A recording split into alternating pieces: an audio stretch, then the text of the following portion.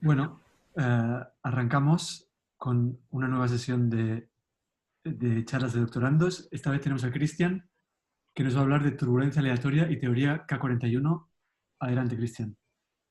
Bueno, ¿qué tal? Mi nombre es Cristian Reartes y, bueno, como dijo Guille, voy a hablar de turbulencia aleatoria y teoría K41. Bueno, el fenómeno de la turbulencia es ubicuo en una gran variedad de flujos. Lo podemos observar tanto en la atmósfera como en los océanos, también en flujos estelares y a su vez también en la industria, en flujos industriales. Y una de sus principales características es la eficiencia para transportar y mezclar cantidades que son arrastradas por el fluido. Eh, esto, para que se den una idea, los flujos turbulentos a cierta escala se pueden considerar isótropos y homogéneos, pero su difusión no lo es.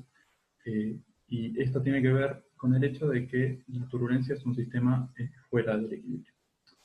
Bien, entonces ahora vamos a hablar un poco de la naturaleza aleatoria de la turbulencia. Entonces, en un flujo turbulento podemos decir que el campo de velocidades es aleatorio. Pero, ¿qué significa esta declaración? ¿No? Que a priori podría hacernos bastante ruido porque en principio existe una ecuación dinámica para los fluidos. Bueno, vamos a considerar un experimento que puede repetirse muchas veces bajo un conjunto específico de condiciones C. Y vamos a considerar un evento A como, por ejemplo, una velocidad que va a ser un número menor a 10 metros sobre segundo. ¿Está bien? Entonces, si el evento A ocurre inevitablemente, entonces A es cierto o seguro. Si el evento A no puede ocurrir, entonces es imposible. Y la tercera opción que nos queda es que A pueda ocurrir, pero no necesariamente ocurra. Ya sea porque no lo vamos a observar o porque sea de baja probabilidad. Pero fíjense que en ningún momento, por ejemplo, estamos hablando de la correlación entre un dato y otro, ¿no? Entonces, un error que a veces se comete es atribuir incorrectamente un significado adicional eh, a, la descripción de aleatorio y luego discutir el hecho de que la turbulencia es un fenómeno aleatorio. Como decía recién, por ejemplo, el hecho de que dos datos puedan no estar correlacionados entre sí. Entonces, que el evento A sea aleatorio significa solo que no es ni cierto ni imposible.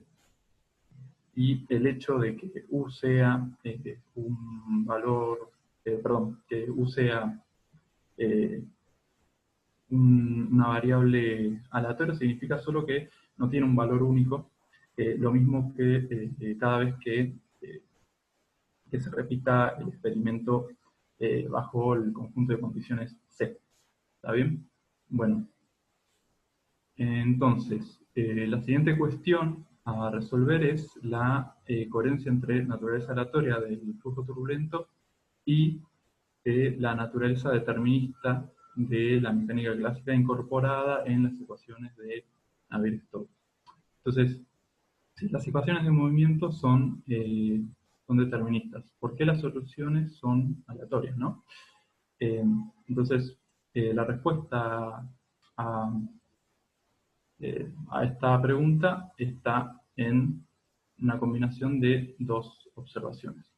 La primera es que cualquier flujo turbulento, en cualquier flujo turbulento, inevitablemente hay perturbaciones en las condiciones de contorno y propiedades del material, ¿no? En este caso estoy hablando de un flujo, por ejemplo, en un experimento, ¿no? Si realizamos el experimento. Y la otra cuestión es que los campos de flujo turbulento muestran una aguda sensibilidad ante condiciones iniciales. Y eso nos lleva inevitablemente a hablar sobre caos determinista. Bueno, el modelo sencillo, más también paradigmático de los sistemas caóticos deterministas es el atractor de Lorentz, que básicamente Lorentz lo que intentaba hacer era armar un modelo simple para la convección de la atmósfera, y él se dio cuenta que ese sistema tenía una gran sensibilidad ante condiciones iniciales. Bueno, este sistema cuenta de tres ecuaciones diferenciales ordinarias, tres variables, x y z, y tres parámetros adimensionales, a, mu y b. Y luego, otro sistema caótico es la ecuación de Navier-Stokes, en este caso incompresible. Fíjense que la divergencia del campo de velocidades es cero, que básicamente es, como ya sabrán, una ecuación que modela la dinámica de un fluido viscoso. Básicamente cuenta de un sistema de cuatro ecuaciones diferenciales parciales, tiene cuatro variables, cuatro de velocidad y un escalar de la presión, y un parámetro adimensional que es el número de Reynolds. Si recuerdan, el número de Reynolds es el producto entre la velocidad y la escala característica del flujo dividido la viscosidad.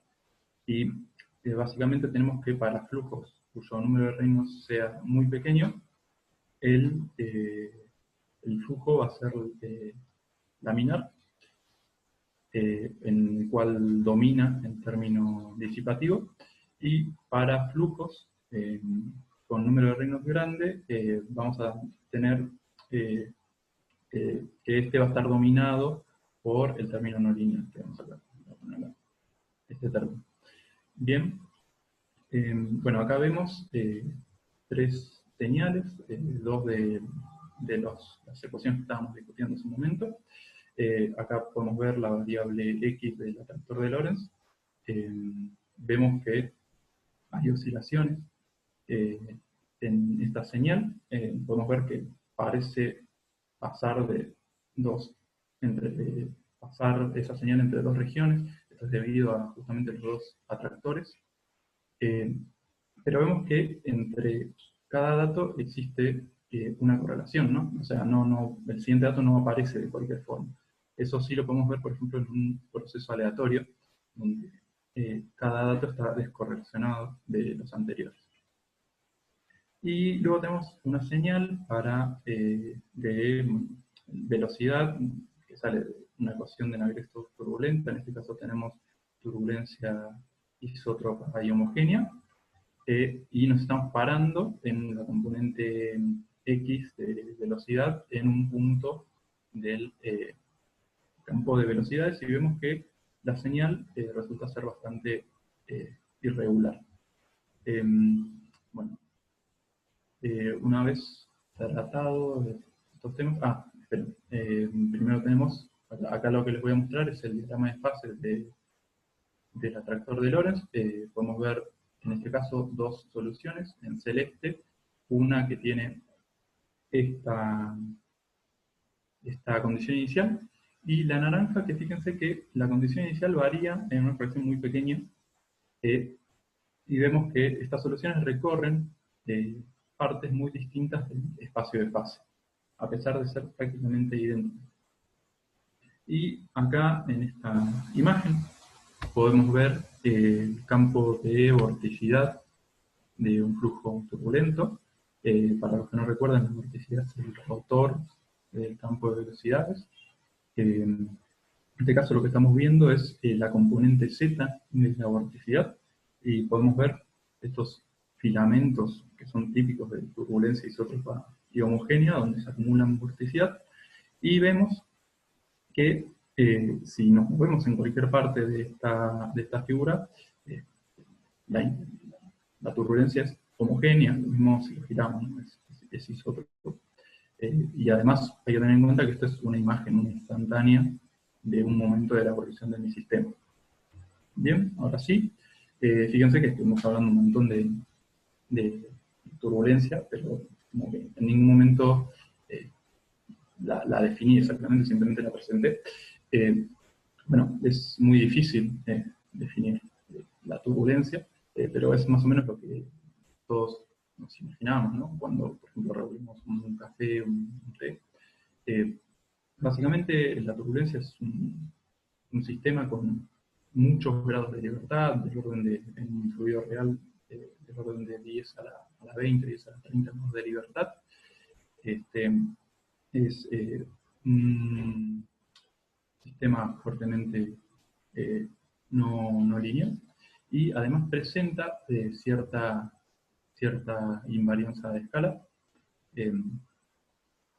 Presenta a su vez muchas escalas, para que se den una idea, no sé, en flujos atmosféricos podemos ir desde el orden de la escala sinóptica, que en la horizontal son alrededor de 10 de 1000 kilómetros, hasta escalas de metros o incluso centímetros. Y el hecho de que este problema tenga muchas escalas también nos lleva a ver, por ejemplo, cierta invarianza de escalas. Fíjense, en cada una de estas imágenes lo que estoy haciendo es recortar. Esto de nuevo es la componente Z de la vorticidad. Lo que estoy haciendo es hacer pequeños recortes, ¿no? Y mostrando que para ciertas escalas, a medida que vamos haciendo zoom, se puede observar esta invarianza de escalas. Fíjense, esta simulación en particular es de 512 al cubo, puntos de grilla, que son del orden de 10 a la 8 grados de libertad.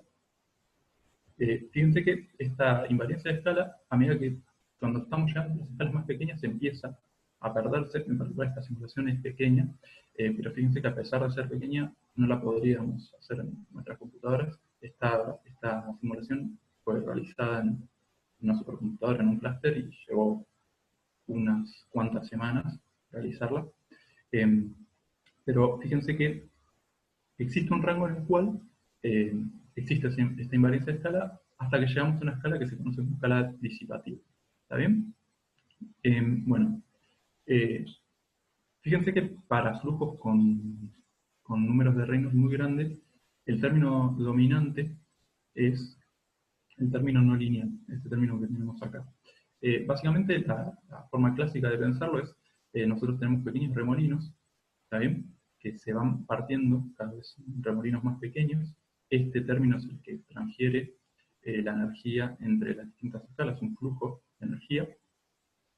Y fíjense que si nosotros calculamos el número de reinos para cada una de estas escalas, ¿no?, para estos remolinos, mientras más pequeños son, ese número de reinos resulta ser cada vez más chicos, al punto de que este término, que es el término disipativo, se vuelve del mismo orden que el término no lineal. Cuando ocurre eso, significa que llegamos a la escala disipativa. A mí, en particular, me resulta mucho más visual, no sé si más intuitivo, pero al menos más visual verlo, esto a partir de la transformada de Fourier de la ecuación de Navier-Stokes. Fíjense, esto es muy parecido a lo que uno hace en teórica 1. Nosotros tenemos la velocidad de nuestro flujo y podemos expresarla como sumas de términos de orden K. Lo mismo para la presión. Fíjense que esta negrita, esto es un tipo, obviamente la presión es inescalar, esto ya lo sabemos. Pero fíjense que en ambos casos lo podemos expresar como sumas de términos de orden K, donde K sería 1 sobre el tamaño típico de la escala que estamos mirando. ¿Está bien? Si reemplazamos esto en la ecuación de Navier-Stokes y operamos un poco, vamos a llegar a esta expresión de acá, que es la ecuación de Navier-Stokes en el espacio de Fourier. Fíjense que, al igual que en teórica 1, el operador nabla es un IK, ¿no? Porque si, por ejemplo, tomamos la divergencia en la velocidad, lo único que hace es bajarnos un IK, con lo cual el operador nabla se transforma en un K. Por eso abajo, acá tenemos expresado lo que sería la incompresibilidad, ¿no? De esa forma. Bien, decía que en el espacio de Fourier es mucho más intuitivo ver la relación entre el flujo que se reparte a distintas escalas. Fíjense que si expresamos la ecuación de Navier-Stokes como suma de modos, siempre vamos a encontrar algún K lo suficientemente grande para que este término de acá, que es el término disipativo, sea de orden 1.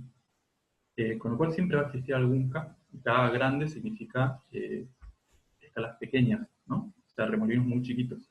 Siempre vamos a encontrar algún K para el cual este término sea de orden 1 y empieza a disipar energía, ¿no? Y si vemos el término no lineal, que es este de acá, vemos que existe una interacción entre tres nodos, ¿no? Si se quiere. O sea, P más Q igual a K. Para mí es mucho más visual ver acá cómo es esa interacción entre modos, entre remolinos que se van partiendo en remolinos cada vez más pequeños. De hecho, podemos notar que, bueno, acá decía, ¿no? Siempre hay transferencia entre grupos de 3 nodos, de esta forma, tal que P más Q es igual a K. Podemos pensar que los remolinos de tamaño K se parten en otros dos P y Q, ¿no? De alguna manera. Bien. Bueno, esta idea de remolinos que se van partiendo en remolinos cada vez más pequeños, ya la había planteado Richardson, se conoce como cascada de Richardson, de hecho, que básicamente nosotros tenemos un flujo que revolvemos, por ejemplo, un café, y en escalas grandes, que se conocen como escala integral, esto es la escala integral, inyectamos energía en nuestro sistema, revolviendo, y vamos pasando, esa energía se empieza a transferir en remolinos cada vez más pequeños hasta llegar a la escala disipativa. Este rango en el cual se transfiere esa energía se conoce como rango inercial. ¿Está bien? Bien. Fíjense que estamos hablando de todo tipo de escalas. Yo, en particular, para lo que sigue, voy a hablar en particular de tres escalas que van a ser las más relevantes. Tenemos la escala integral, como les decía recién, es la escala de la fuerza, que se define como el espectro de energía pesado sobre los KEs. Después tenemos la escala disipativa, que lo vamos a escribir como eta. Y tenemos el rango inercial L, que se encuentra entre estas dos escalas, ¿no? Bien. Fíjense, este es un esquema. Ven que hay otras escalas también en mi sistema. De hecho, por ejemplo, L, este L grande sería las escalas de, por decirlo de alguna forma, las condiciones de contorno de mi sistema, ¿no? Si tenemos una taza de café, sería el tamaño de la taza de café. Tenemos un rango en el cual se producen los remolinos, que es donde estamos inyectando energía. Esa energía empieza a transferirse a escalas más pequeñas hasta llegar a la escala disipativa. Fíjense que la escala disipativa sería como una cota al tamaño de esos remolinos, ¿no? Bien, bueno, esto nos lleva a hablar de la teoría de Kolmogorov de 1941, K41 para los amigos, formulada por Andrei Kolmogorov, que era un matemático ruso. Es bastante conocido por sus aportes a la teoría de probabilidad, que decide intentar reformular la teoría de la turbulencia para hacer una teoría completa, y rápidamente se da cuenta que no era una tarea sencilla, a pesar de ser matemático y ruso, y decide partir de la intuición y de los datos experimentales. Esto dicho por él mismo, y fíjense que era matemático, ¿no? Bien. Entonces, a partir de los trabajos de Richardson, él plantea tres hipótesis. La primera hipótesis es la hipótesis de universalidad, que dice que en el límite de números de Reynolds grandes, mucho mayores a 1, a pequeñas escalas y lejos de las condiciones de contorno del sistema, todas las simetrías posibles de la ecuación de Navier-Stokes, que usualmente están rotas por la acción del forzado que nosotros utilizamos para generar la turbulencia, son restauradas en un sentido estadístico. ¿Qué nos dice esta hipótesis? Bueno, fíjense que si consideramos escalas grandes, los remolinos más grandes, lo estoy haciendo con el puntero, no sé si se ve, si tenemos los remolinos grandes, fíjense que son muy afectados por las condiciones de contorno de nuestro sistema, y también las amplitudes del forzante en general van a ser del mismo orden. Así que si nos empezamos a alejar de las condiciones de contorno y vamos a escalas más pequeñas, esos remolinos en principio no ven esa amplitud del forzante y tampoco ven las condiciones del contorno de nuestro sistema. Es decir, a pequeñas escalas, el flujo puede considerarse isótropo, y la turbulencia, ¿no?, puede considerarse isótropa y homogéneo, y esto es algo que se observa en todos los flujos, ¿está bien? Independientemente de cuál sea la forma de las condiciones de contorno y el forzante, ¿está bien? Esto básicamente significa lo de que todas las simetrías se restauran en un sentido estadístico. La segunda hipótesis es la hipótesis de autosimilaridad del flujo, que nos dice que bajo la primera hipótesis el flujo turbulento es autosimilar a pequeñas escalas, que esto es algo que ya lo habíamos visto cuando mostré la simulación. Y dentro del rango inercial, las propiedades del flujo serán invariantes ante cambios de escala, y bueno, bastardado por un factor. Esto es una propiedad típica de los sistemas que son invariantes de escala, ¿está bien? En particular, ese factor bastardado por la función de estructura, que ahora vamos a ver lo que es la función de estructura. O sea, va a ser la función de estructura por un numerito. Bien. Y la última hipótesis de disipación de energía finita es un poco por completitud, ¿no? Nos dice que bajo las mismas hipótesis, que en el primer punto, el flujo turbulento tiene una tasa media de disipación de energía finita. Bien.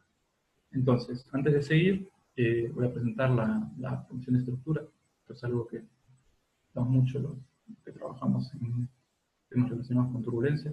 Fíjense que lo que estamos haciendo es calcular la diferencia entre la velocidad, donde una velocidad está pesando cierta escala, ¿no? Básicamente estamos como calculando la diferencia de la velocidad que existe a distintos rangos, donde L es la distancia, ¿no?, entre las velocidades. Esto es lo que usualmente se utiliza. Bien, fíjense que si abrimos este cuadrado, podemos escribir la función de estructura de esta forma.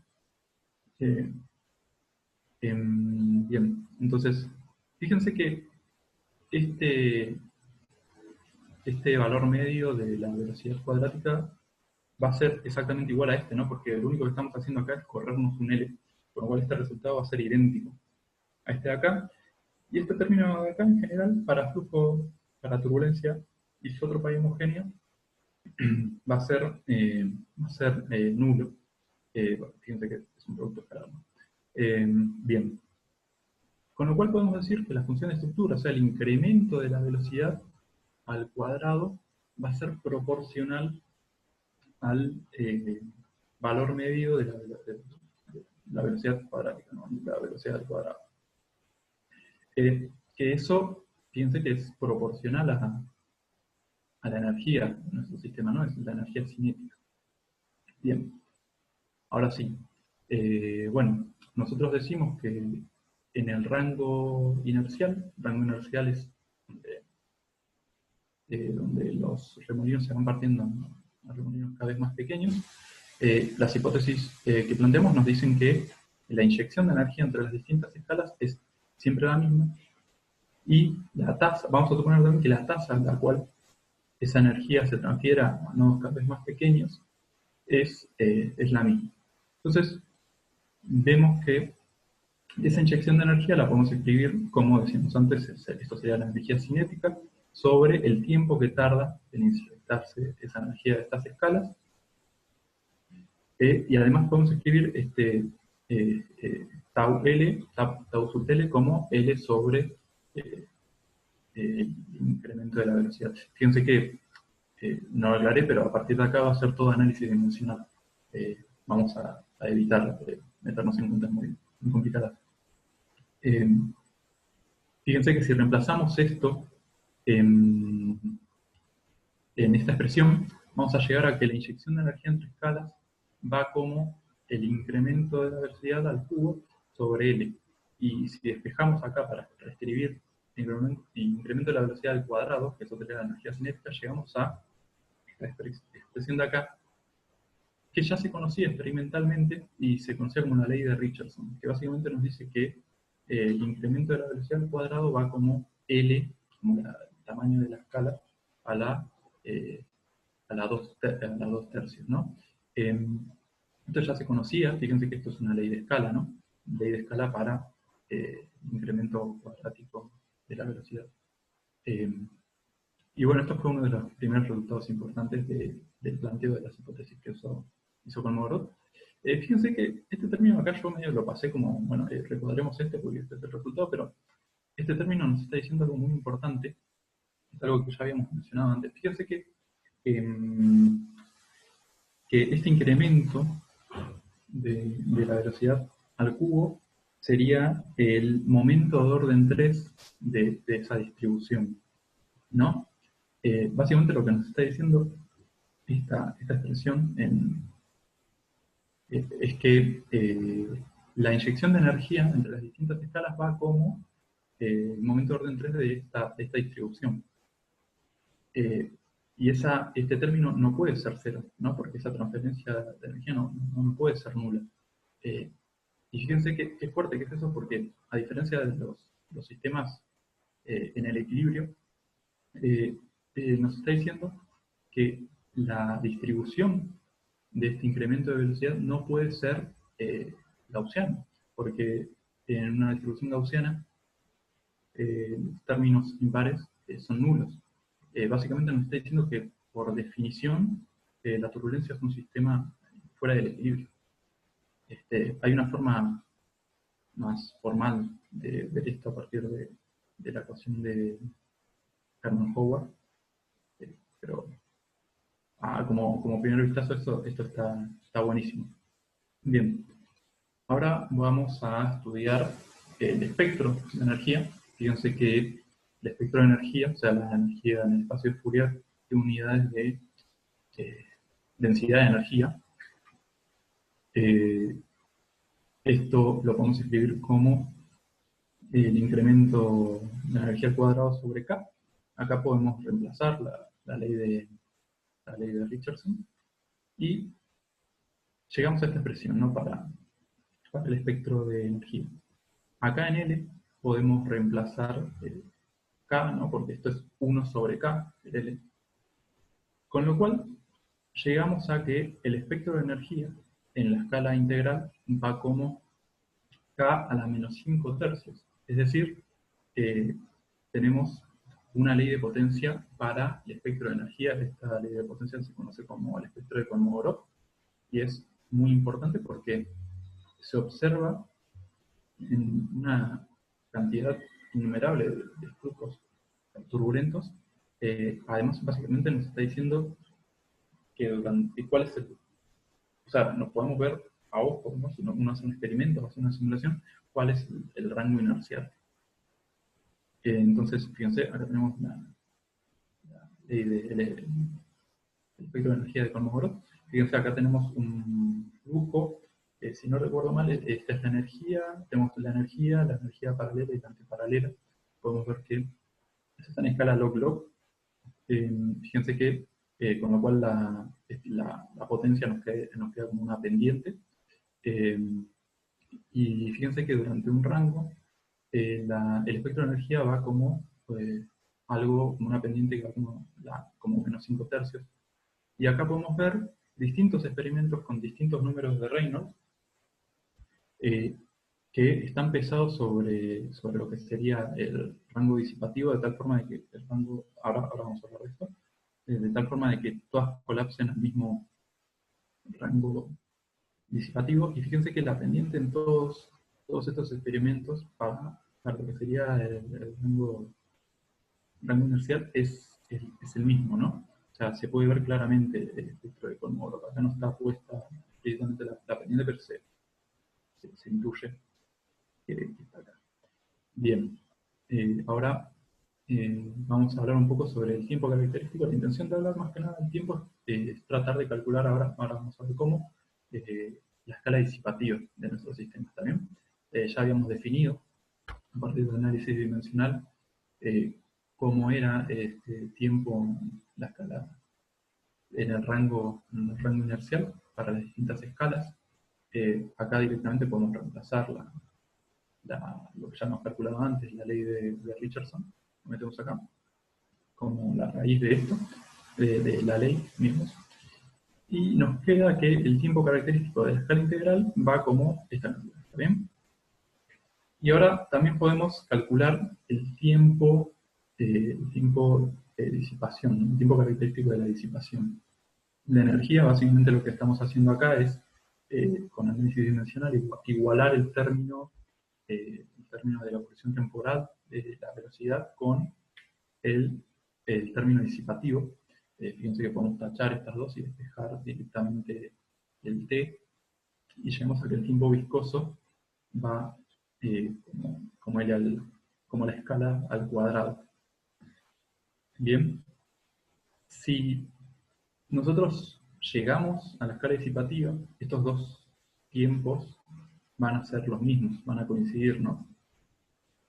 Entonces, fíjense, tomamos esas dos expresiones y directamente las igualamos y reemplazamos acá lo que sería la escala disipativa, ¿no? El eta. Y de acá directamente podemos despejar eta y vemos que en la escala disipativa se puede escribir como esta expresión de acá. Bien, fíjense, nosotros antes calculamos por definición la escala integral, ahora tenemos la escala disipativa, con lo cual ya tenemos calcular exactamente cuál es eh, el ancho de nuestra escala inercial. Además estamos acotando, fíjense, si esto lo escribimos como a la inversa, sería nuestro keta. Podemos acotar, si nosotros queremos hacer simulaciones, por ejemplo, y escribimos la ecuación de Navier-Stokes en términos de sumatoria de modos, podemos saber a partir de qué modo cortar, ¿no? Para simplificar nuestras simulaciones a partir de esta expresión. Y ya que estamos hablando de simulaciones, vamos a ver que ahora que tenemos la escala de disipación, vamos a calcular los grados de libertad en el sistema. En este caso, L sería el tamaño típico del problema que yo estoy abordando, o sea, sería el espacio, la escala característica del flujo, y lo que hago es dividirlo por la cantidad de veces, o sea, lo divido, perdón, por la escala disipativa, con lo cual esto nos da la cantidad de veces que la escala disipativa entra en nuestro problema, en el tamaño que tiene nuestro problema, y esto lo elevaríamos al cubo porque sería un flujo tridimensional. Fíjense que esto sería muy parecido a lo que mostraba antes de la simulación que iba como 512 al cubo. Bueno, el 512 sería esto, en este caso, sería, por decirlo de alguna forma, el tamaño de la grilla. Bueno, si reemplazamos lo que ya conocemos de la escala disipativa, podemos llegar a esta expresión. Además podemos utilizar la ley de Richardson, podemos despejar esta inyección de energía, lo reemplazamos acá, nos vamos a parar en las escalas más grandes, así que directamente voy a poner U y L, ¿está bien? Fíjense, podemos despejar esto y podemos escribir que los grados de libertad van como U por L sobre el número, la viscosidad a la 9 cuartos. Ya se estarán dando cuenta que significa esto. Esto es el número de Reynolds. Con lo cual podemos decir que el número de grados de libertad de mi sistema va como el número de Reynolds a la 9 cuartos. Fíjense que esta cuestión es muy fuerte, ¿no? Porque pensémoslo así. Imagínense que viene un CEO de Shell y me dice, mira, yo necesito hacer simulaciones de petróleo, ¿no? no es de este fluido en particular, petróleo. Me pregunta qué computadora necesito para realizar esas simulaciones. Bueno, a mí me alcanza con saber cuál es la escala característica que quiero ver, calcular el número de Reynolds de ese problema, elevarlo a la 9 cuartos y te digo cuál es el número de grilla que voy a necesitar para resolverlo. O sea, y esto está directamente vinculado con el poder de cómputo que necesito para resolver ese problema. Con lo cual no necesito hacer un montón de simulaciones para ajustar bien ese grillado, sino que me alcanza con el número de Reynolds de mi problema. Con lo cual, un poco en chiste, citando a un docente muy querido del departamento, esta ecuación es plata, ¿no? Esta ecuación significa dinero. Además, por ejemplo, también en el caso de la atmósfera, si nosotros queremos resolver problemas a grandes escalas sinópticas, que decía que era del orden de los 1000 kilómetros, calculamos el número de Reynolds y sabemos, por ejemplo, qué supercomputadora decirle al Servicio Meteorológico Nacional que se tiene que comprar para eso en particular. Y lo mismo si queremos analizar eh, a pequeñas escalas, ¿no? No va a ser lo mismo tratar de predecir el clima de toda la Argentina que solo de, por ejemplo, de Cava. Bueno, así que bueno, este resultado es bastante fuerte. Y bueno, eso era un poco lo que les quería contar de la teoría K41. Así que bueno, gracias.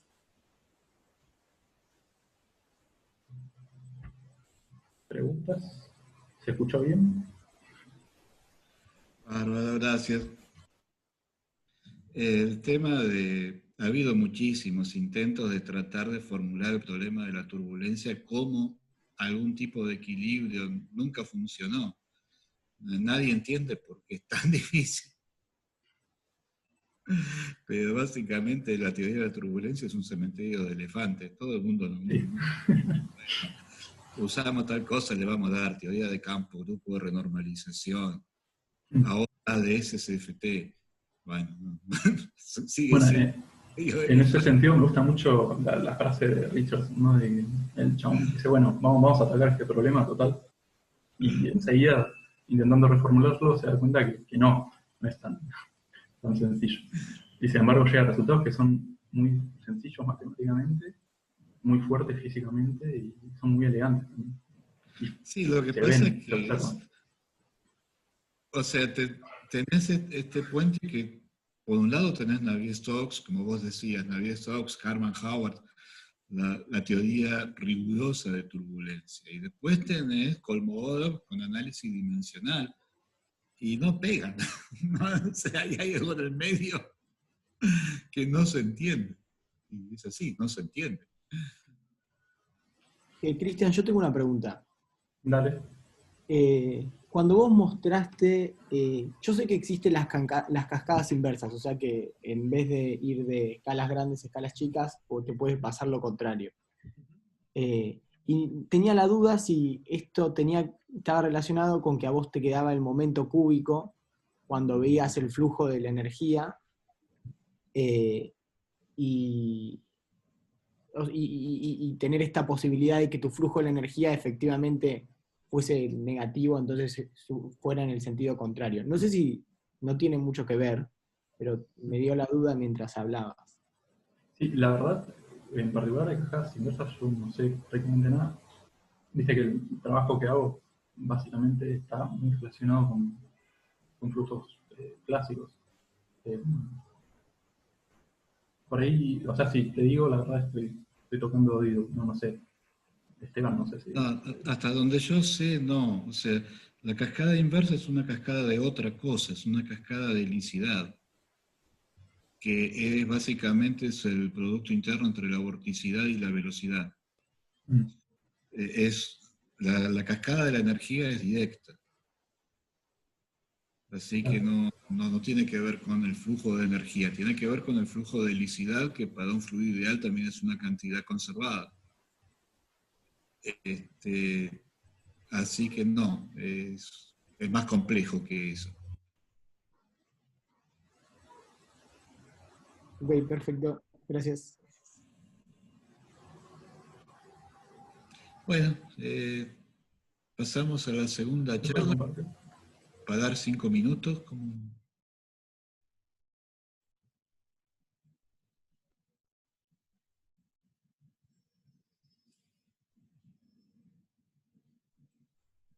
¿Qué prefieren?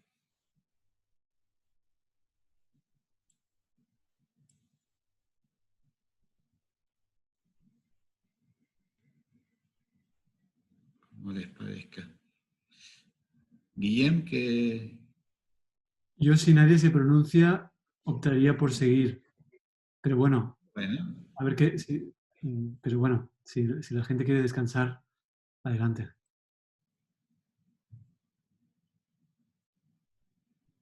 no, parece que no, así que sigamos.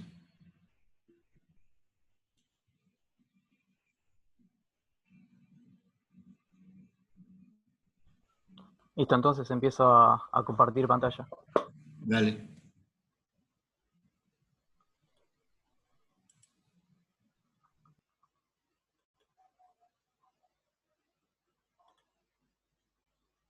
Ahí se está viendo mi pantalla. Sí, se ve. Ok.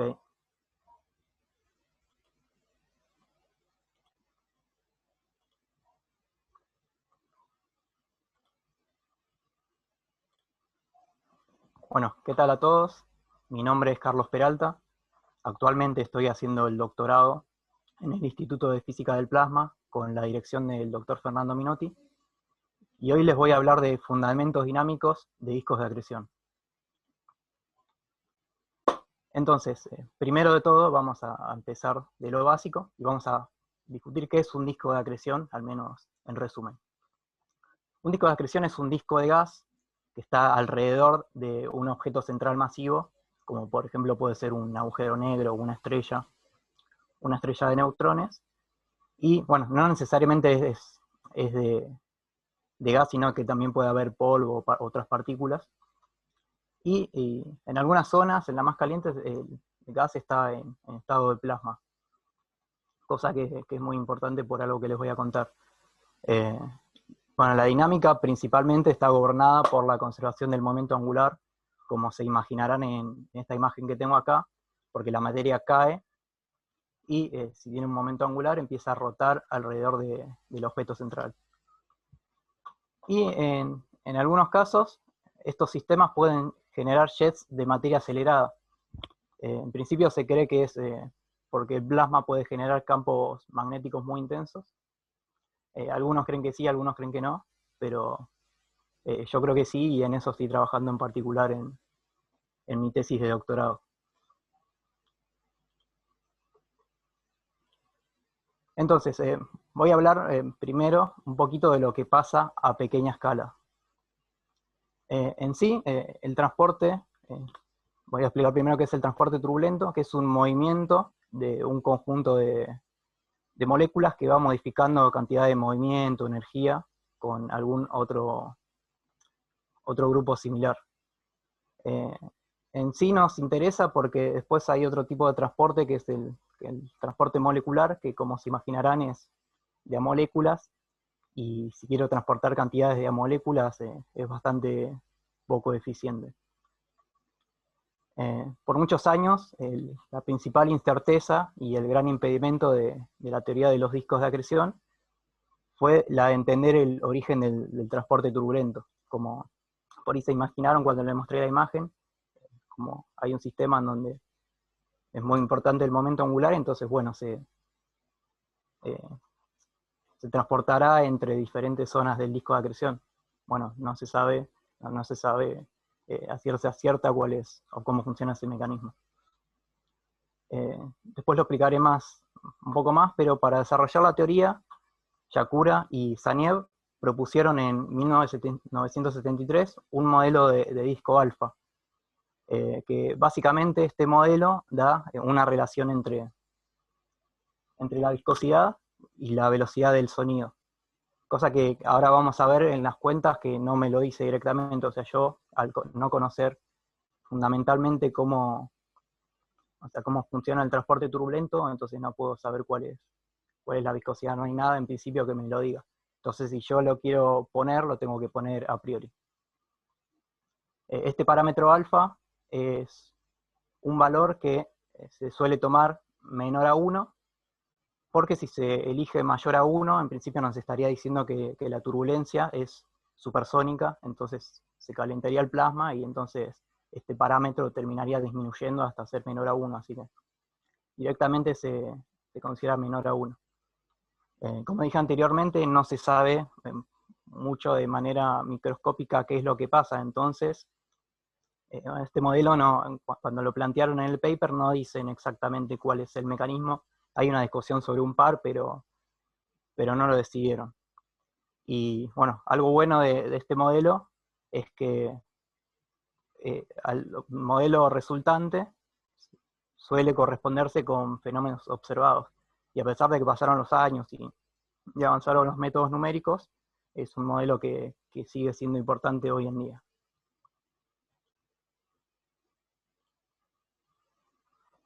Entonces, algo propuesto como un mecanismo, y que puede ser importante en los casos de discos de acreción, es la inestabilidad magnetorrotacional.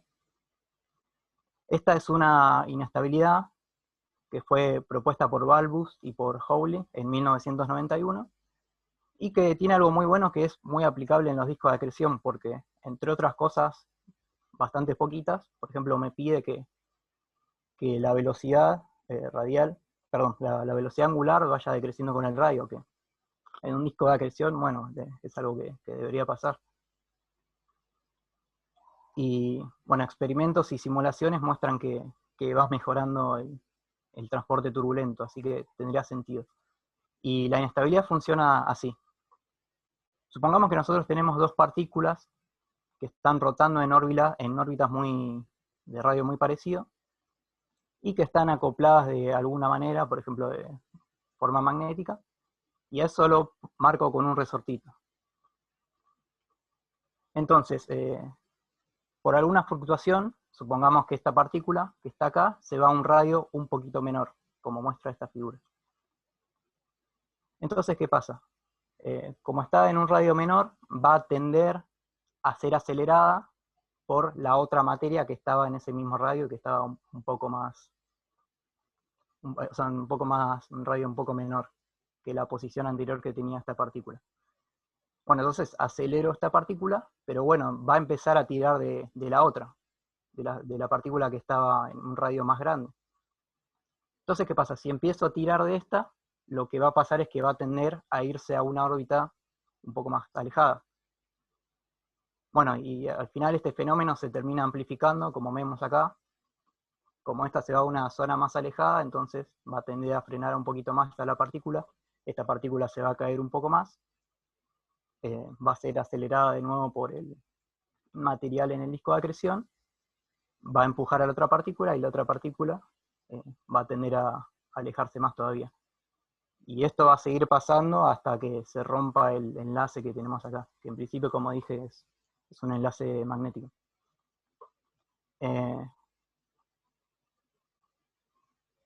Bueno, entonces queda la deuda de saber si este mecanismo puede darnos algo y tiene alguna relación con el modelo alfa. Entonces, acá puse a modo de resumen. Entonces, lo que sabemos es que la inestabilidad magnetorrotacional, la que presenté antes, presenta una mejora del transporte turbulento, como se vio con métodos numéricos. Además, tenemos que el modelo alfa de Yakura y de Zaniev coincide con algunas observaciones que se encuentran. Ahora, ¿qué pasa? Yo no sé si esta mejora del transporte turbulento directamente implica el modelo de Yakura y Zaniev. No lo sé, o sea, hay un montón de mecanismos que en principio podrían implicar el mismo modelo, entonces es como que hay un lugar en el que no se sabe qué es lo que pasa. Y en sí, esclarecer este asunto nos interesa porque podríamos saber qué fenomenología es realmente fundamental y saber bien cuáles son los límites en los que funcionaría nuestro sistema. Entonces, para explicarlo me voy a basar en un paper de Balbus que estaba acá abajo, para intentar encontrar una relación. Entonces, primero de todo voy a explicar un poco de la teoría clásica de un disco viscoso, que es el enfoque macroscópico. Entonces vamos a partir de las ecuaciones de conservación de masa, que es la que tenemos acá arriba, que todos conocerán, y también de la ecuación de conservación la ecuación de momento. De movimientos. Con sigma, el tensor que tenemos acá, que es el tensor de esfuerzos, que acá vemos la forma, en donde eta es la viscosidad dinámica. En general, para simplificar un poco, y además porque tiene sentido, este término con la divergencia suele ser chiquito, así que se suele despreciar y con las cuentas lo vamos a despreciar.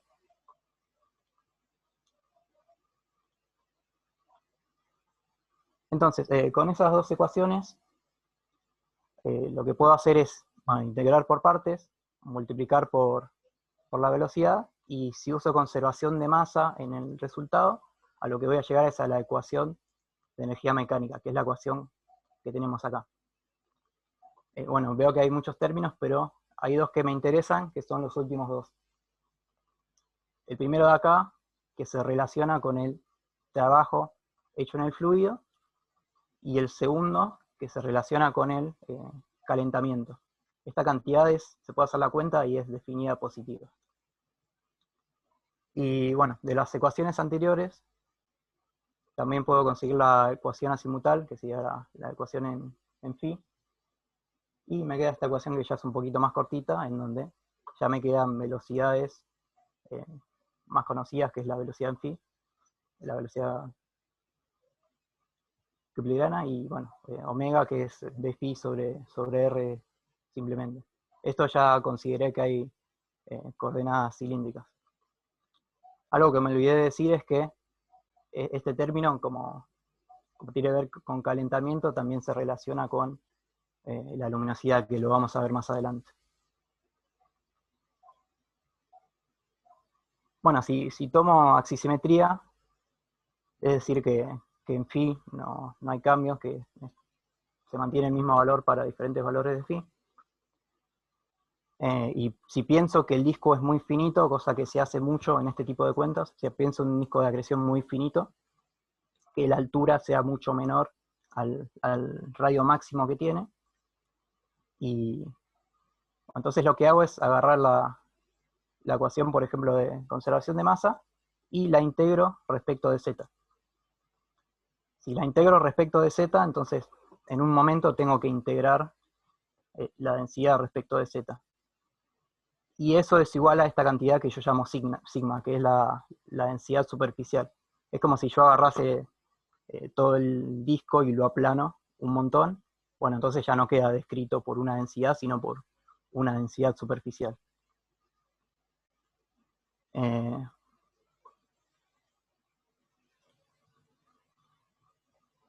entonces toda la masa me queda concentrada en un plano. Además también puedo obtener esta ecuación. Y bueno, lo que me queda es que si yo vuelvo a esta cantidad de antes, a esta cantidad que tenía que ver con el calentamiento, y lo escribo en coordenadas cilíndricas y reemplazo todo por lo que tendría que reemplazar, obtengo que la energía disipada por unidad de área, que es la emisividad, resulta ser esta cantidad. Me queda bastante simple, ¿no? Ahora, acá, bueno, tengo el problema de lo que les había hablado antes. Yo en principio no sé cuál es esta viscosidad. Así que ahí tengo un problema.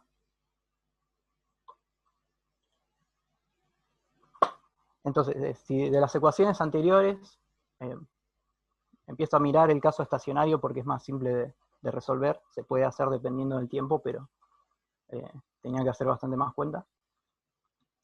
Y entonces el flujo de masa, es decir, la cantidad de materia que va cayendo al disco de acreción por segundo, va a ser igual a esta cantidad. Y bueno, como es el caso estacionario, va a tener que ser constante. Y además el momento angular también va a ser constante. Y si el esfuerzo viscoso para hacer las integrales se anula en el radio interno del disco, entonces yo voy a poder integrar directamente la ecuación de momento angular y voy a encontrar esta relación para la masa que es acretada. Y también acá me aparece la cantidad de nuevo, la viscosidad. Que de nuevo, como dije antes, yo no sé exactamente cuánto es, entonces eso es un problema. Bueno, acá es donde entra el modelo de Yakura y Zaniev, que es el que les había mencionado antes. Que tengo que ponerlo a priori, bueno, ellos a través de una discusión encontraron esta relación y les funcionó. Pero no saben de dónde viene.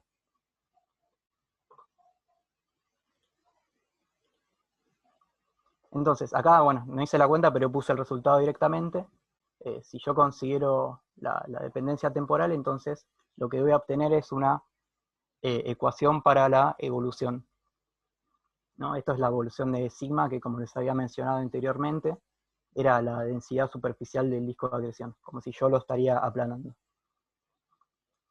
Y, bueno, no encontré otro caso, pero hay un caso en el que sí se puede resolver directamente, que es la evolución de un anillo de masa. O sea, yo pienso en un anillito, una delta, en algún R, y veo cómo evoluciona, ¿no? Y el resultado tiene esta forma, que veo que es una función medio complicada, en donde x es r sobre r0, r0 es el radio interno del disco de acreción, y tau es igual a t por un número que depende de la viscosidad. Acá me olvidé de mencionar que para resolver esto consideré que la viscosidad es constante, porque si encima le pongo una dependencia, se hace muchísimo más complicado.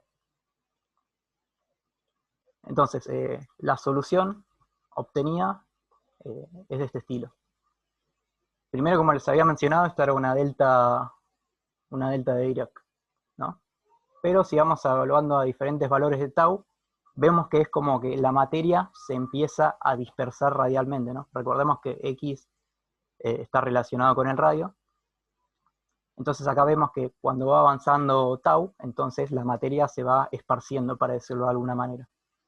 Cosa que al menos a nosotros no, a mí me resulta que es algo que tiene sentido, porque si quedaría siempre como un anillo, y sería un poco raro, o sea, la materia pensaría que no cae nunca, no tiende a caer, no se frena por contacto ni nada. Entonces ahora voy a explicar un poquito de turbulencia magnetohidrodinámica.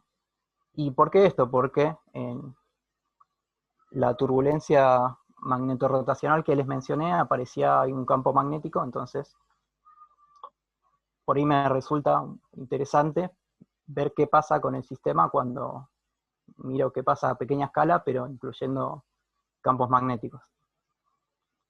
Entonces, acá, como dije antes, lo quiero explicar a los fenómenos al darle un enfoque más fundamental. Lo que debo hacer por incluir turbulencia, como mencionaba Cristian, es hablar de una escala que es macroscópica y una escala más microscópica, más chiquita, que va a ser la asociada a la turbulencia. Y bueno, voy a partir de otra ecuación, que va a ser la ecuación dinámica en presencia de un campo magnético, que esta la conocerán todos, en donde acá el eta es la viscosidad molecular. O sea que ya sabemos que, por lo que había mencionado antes, va a ser algo muy chiquito. Bueno, la componente azimutal de esta ecuación me da la conservación del momento angular, en donde el P que tenemos acá es el poloidal, sería acá el campo poloidal. Entonces lo que podemos hacer es, pensando en que hay turbulencia, separar a la velocidad en una velocidad de rotación y en alguna perturbación, que en principio no sé cómo se comporta. Bueno, si hago esto, lo meto en la ecuación y promedio sobre la componente azimutal, es decir, sobre phi, entonces voy a llegar a esta relación, que es un poco más simple, o sea, lo que nos importa bastante en estas ecuaciones es ir tomando algunas suposiciones para que me quede algo que es trabajable. En principio esto es bastante complicado. Bueno, andando de acá, T es el tensor de esfuerzo turbulento, si no me equivoco el nombre, que tiene esta forma, o sea, incluye los campos magnéticos en este caso.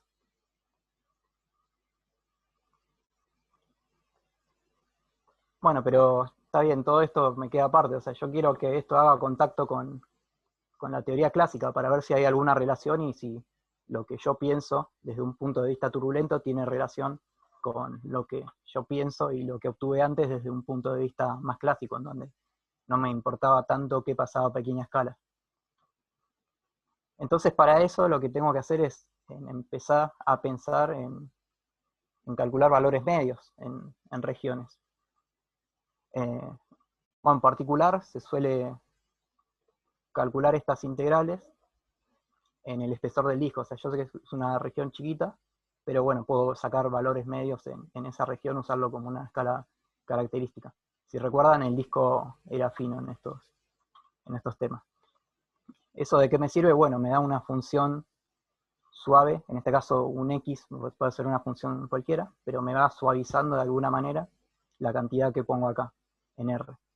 Además, por estar la integral entre menos infinito e infinito de la variable z, también estoy pensando de nuevo en un disco fino, y entre 0 y 2pi es porque estoy suponiendo que hay axisimetría.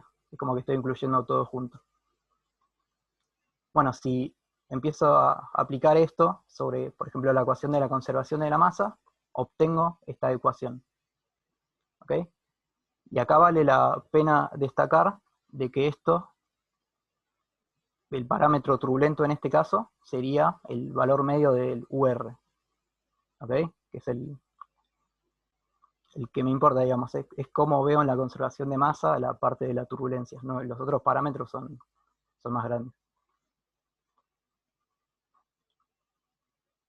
Entonces, si hago lo mismo sobre la ecuación de momento angular, voy a obtener esta ecuación, en donde, bueno, ya son términos que habíamos visto antes. Acá de nuevo me aparece el valor medio de UR, que recordemos que dije que era importante porque encontraba una relación directa con la turbulencia, y acá me aparece otro valor también que es el WR-phi, que el WR-phi es la componente radial de T sobre la densidad. ¿Okay? Pero ahora lo voy a dejar como WR-phi porque se puede tomar como un término de esfuerzos. Y bueno, si pongo esto en conjunto de la ecuación de conservación de la masa, entonces bueno, puedo simplificar algunas cosas y puedo obtener una ecuación para el ratio de acreción de masa, que es la que tengo acá abajo, ¿no? Tengo la derivada temporal de sigma. Bueno, después tengo otros términos, pero de nuevo, acá me sigue apareciendo el parámetro, el valor WR-phi, que es un valor que yo también asocio a la escala turbulenta, pero en principio yo no sé quién es. O sea, esto me representa una forma general de la ecuación, si yo parto de un sistema con dos escalas diferentes, pero fíjense que no dije qué pasaba exactamente a nivel microscópico. O sea, ahí podría haber puesto cualquier cosa y hubiese, bueno, no cualquier cosa, pero podría haber puesto muchas cosas diferentes y me podría haber dado la misma ecuación. Entonces quiero avanzar un poquito más sobre estas ecuaciones. Y también me interesaría saber qué pasa con la termodinámica, ¿no? Porque en el caso anterior clásico, llegué a una relación con la termodinámica.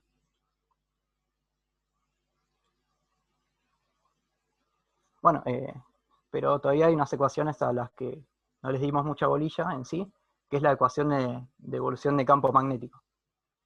Esta también la conocen, y que la puedo combinar con la ecuación dinámica, y obtengo esta ecuación que, bueno, es horrible, y en principio por ahí piensan, pero esto me va a complicar las cosas.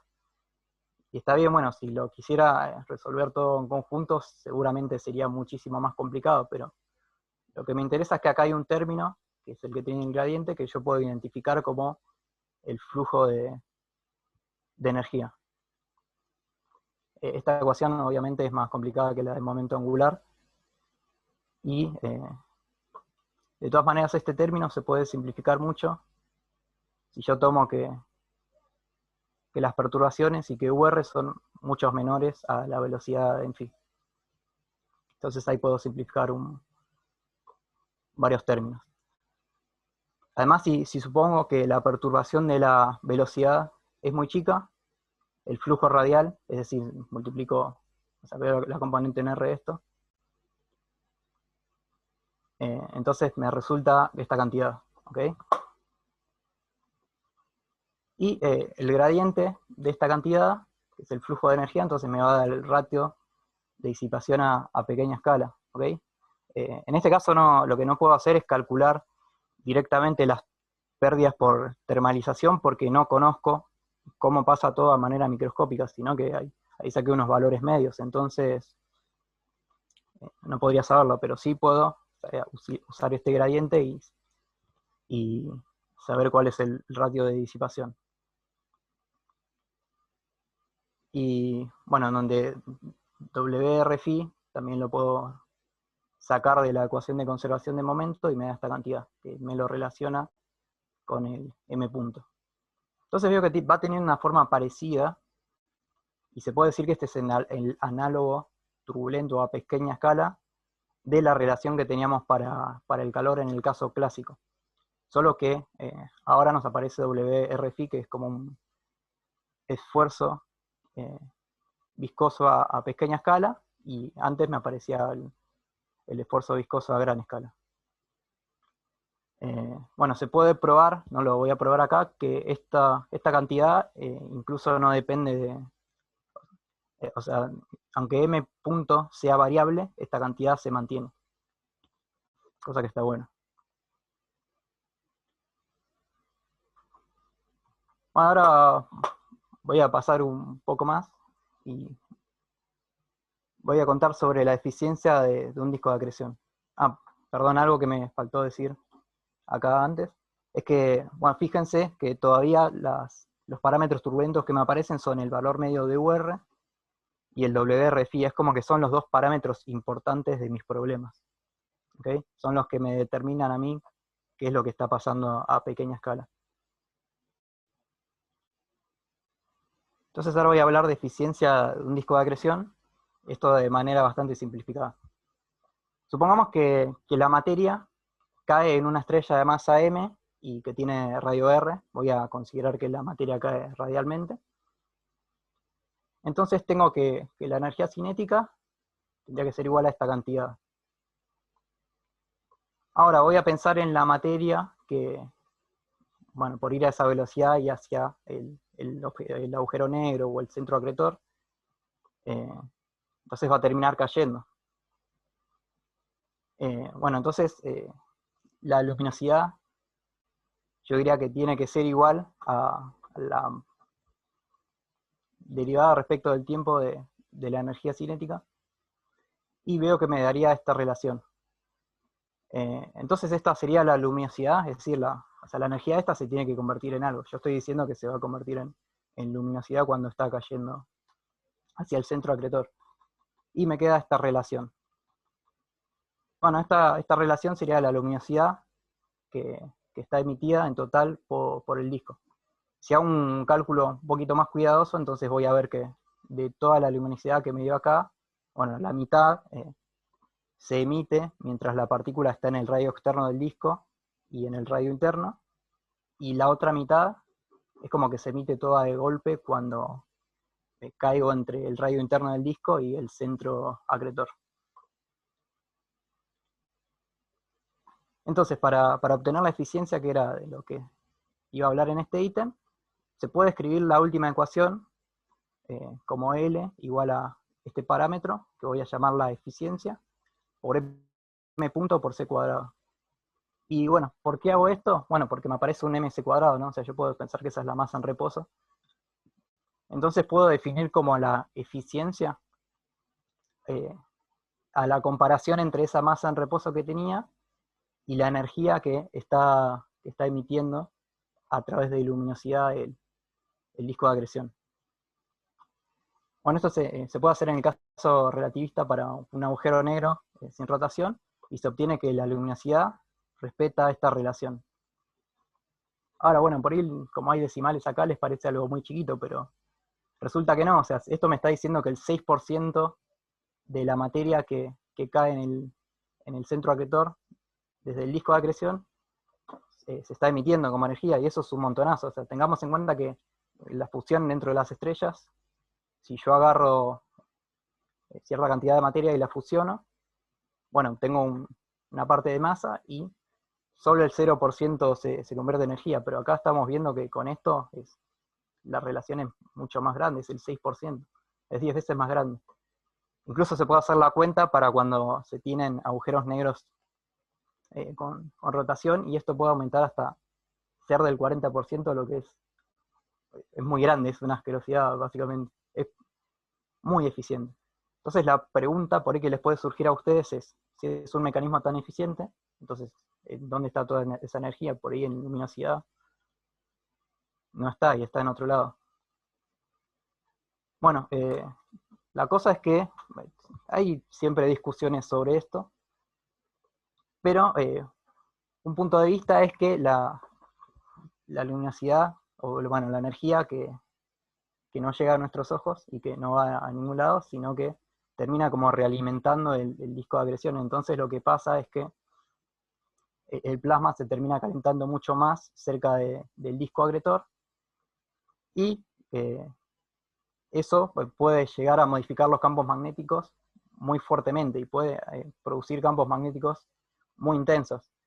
Lo que hacen esos campos magnéticos muy intensos es que si agarran una partícula cargada, la van a acelerar muchísimo y la van a escupir, básicamente, como se ve acá en estas imágenes, ¿no? Son jets de partículas que van a una altísima velocidad.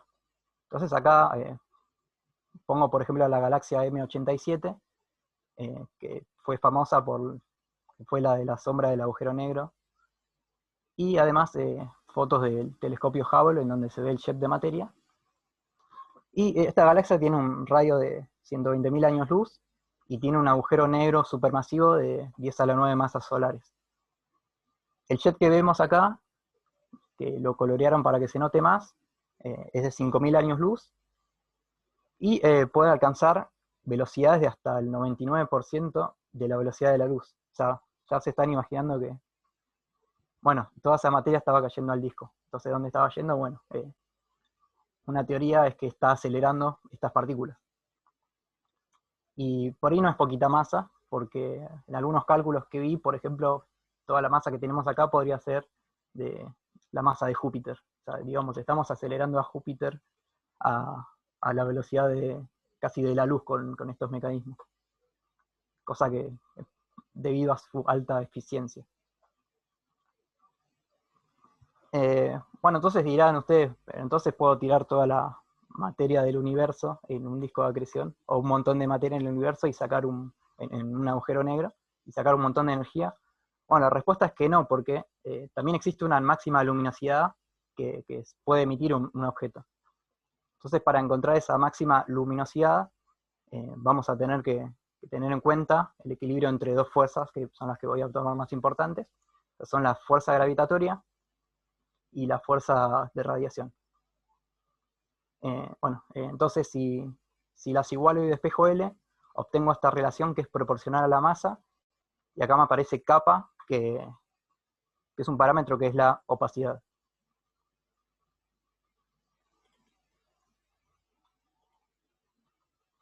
Bueno, el caso más simple es suponer un caso de altas energías, ya que estamos suponiendo máxima luminosidad, y en ese caso la opacidad viene dada directamente por el scattering de Thomson. Acá sigma t es la sección eficaz con el scattering de Thomson. Así obtenemos lo que llamamos luminosidad de Eddington, que es la máxima luminosidad posible del sistema, que seguimos viendo que es proporcional a la masa del centro acretor, y que el máximo ratio de acreción, es decir, el máximo m punto, es esta cantidad, donde acá podemos ver que aparece la eficiencia. O sea que fíjense que esto tiene sentido, porque si la eficiencia fuese bajísima, esto es un número muy chiquito, entonces m punto podría ser muy grande, digamos. Me da esa libertad que el sistema va a seguir funcionando. En cambio, si esto es cercano a 1, bueno, tengo el límite. O sea, como la eficiencia es a lo sumo 1, entonces poniendo esto igual a 1 tendría la máxima masa acretada que puedo tener en un sistema con un centro acretor de masa m. Y bueno, en particular para un objeto central de masa solar, esto da que puedo tener una acreción de hasta 10 a la menos 7 masas solares por año.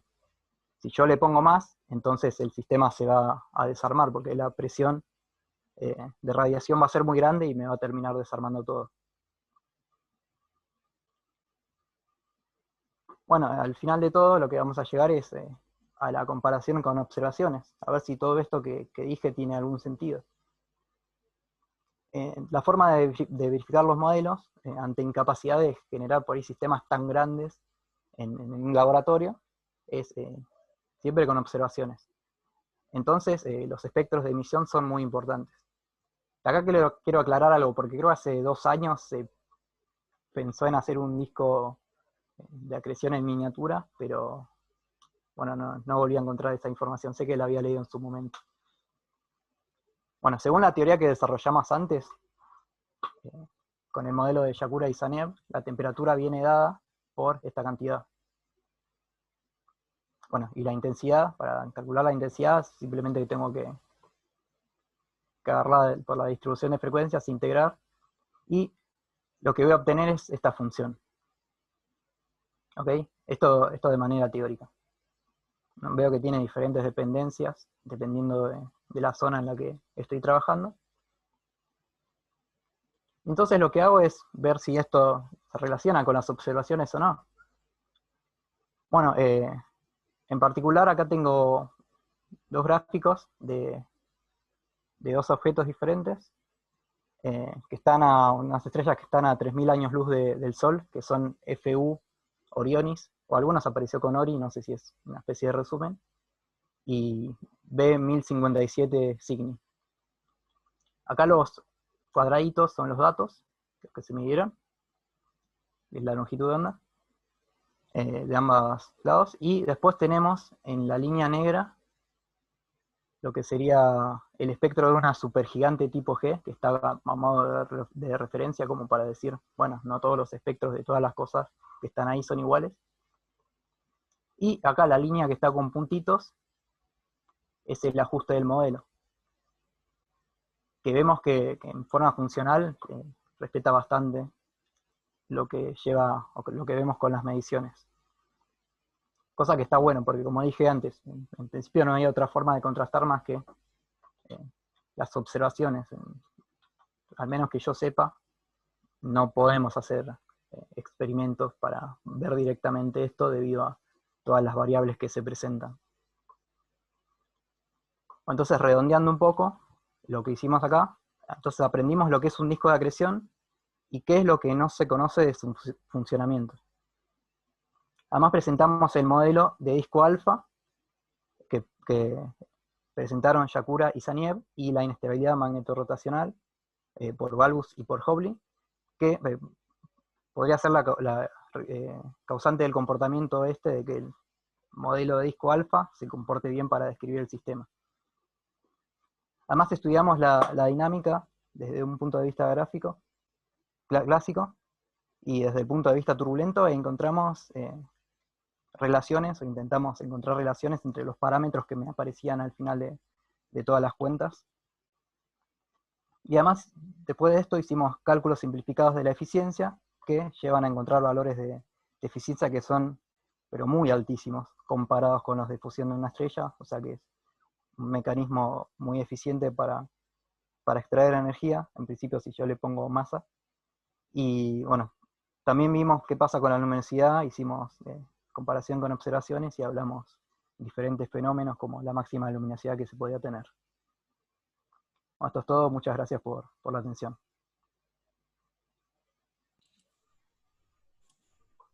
Bueno, gracias. Si hay alguna pregunta. Sí, muy impresionante lo de la eficiencia, la verdad que no lo sabía. No, es una locura. O sea, si nosotros definimos así la eficiencia, la verdad que es muy grosso. O sea, esa eficiencia estaría calculada sobre todas las formas posibles, ¿no? Habría radiación electromagnética, emisión de partículas, ondas gravitatorias. Es una bolsa donde está todo y no sabe muy bien cómo está distribuida, ¿no? En principio en las cuentas se considera que es a través de la radiación electromagnética. No, Bien. claro, no se considera otra cosa. No sé si en los modelos en donde toman diferentes agujeros negros, por ejemplo con campos magnéticos o con rotación, sí aplica. Pero, porque ahí directamente puse el resultado, porque las cuentas son un poco más complicadas. Pero en el agujero negro de Schwarzschild, ahí sí, nada más se tiene en cuenta. Bien. El jet ese es el jet superlumínico. Sí, es ese mismo. Sí, que se Sí, claro. detectó con una velocidad de 5 veces la velocidad de la luz o 6. Pero bueno, Claro. esas cosas suelen pasar. Es muy lindo, ese problema es muy lindo. Bueno, bien, ¿ustedes se quedan? Nos quedamos. Bueno, entonces...